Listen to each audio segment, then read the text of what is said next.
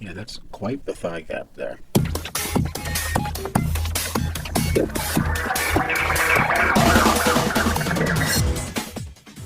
Hi, I'm Mark, and Subliteral Network is my channel. I make art and comics, and thank you for watching.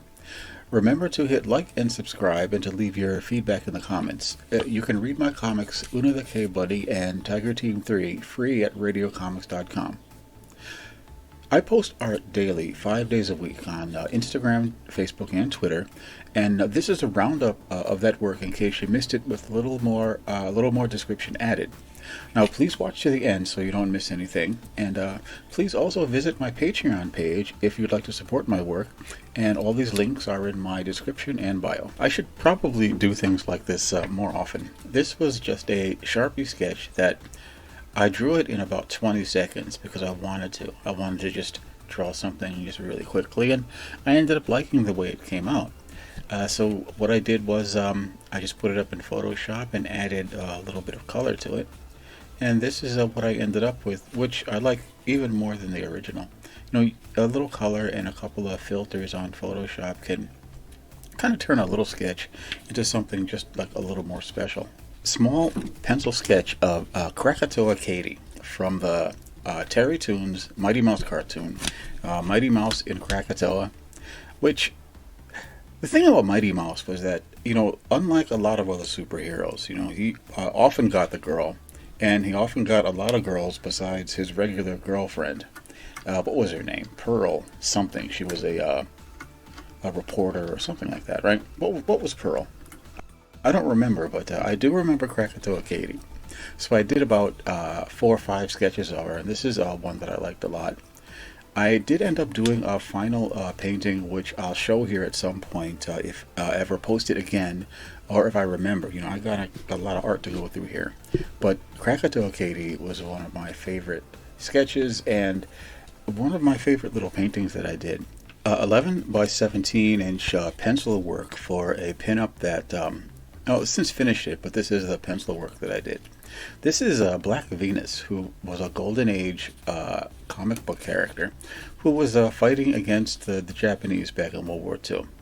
And the one of my favorite things about this was that I stuck in the background. You can see those little planes.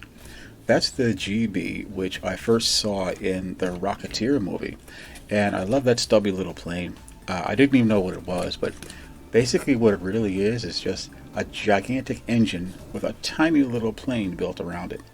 And from what I read about it, it was like notoriously unstable and it did crash. But it was an exciting historic plane that a guy like the Rocketeer would fly. You know, Cliff Secord was the hero, and he was kind of a knockabout, daredevil kind of guy. And this plane really suited his personality because he was a stunt pilot in an air show. So I stuck those back there, and for some reason I ended up being a lot more interested in the planes than I did in Black Venus. There were a lot of Golden Age comic book heroines back then, from the Jungle Queens to various spies, or to just like lone detective operators. And I don't know what it really meant, but I'm almost willing to suppose that instead of putting a guy detective in a comic book, you put a girl detective in a slinky dress or a skin tight outfit, and you sell more comics. This little cartoony Amazon was really so much fun to draw because I was trying to kind of mix up my cartoony style and try to find different ways of doing it, different ways of drawing. It really came out so much fun. And then when I put it in Procreate, it really just sort of jumped to life.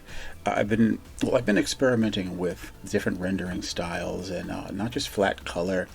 I wanted to take these cartoons and try to add a little more dimension to them, maybe a little bit, getting them to look a little bit more like concept art, or just a little more advanced kind of painting style and technique that I was doing. Now I really think of her, now that she's finished and painted up, she really looks like a much more interesting character to me, and I'd really like to draw and paint her again. You know, just I like the collection of shapes that make the cartoon that she is. Oval head, the two giant thighs, a very small torso, and it just looks kind of pleasing to the eye. There's the giant eyes and stuff, and Yeah, I'm really sort of getting that cartoon aesthetic that I'm reaching for, with this one.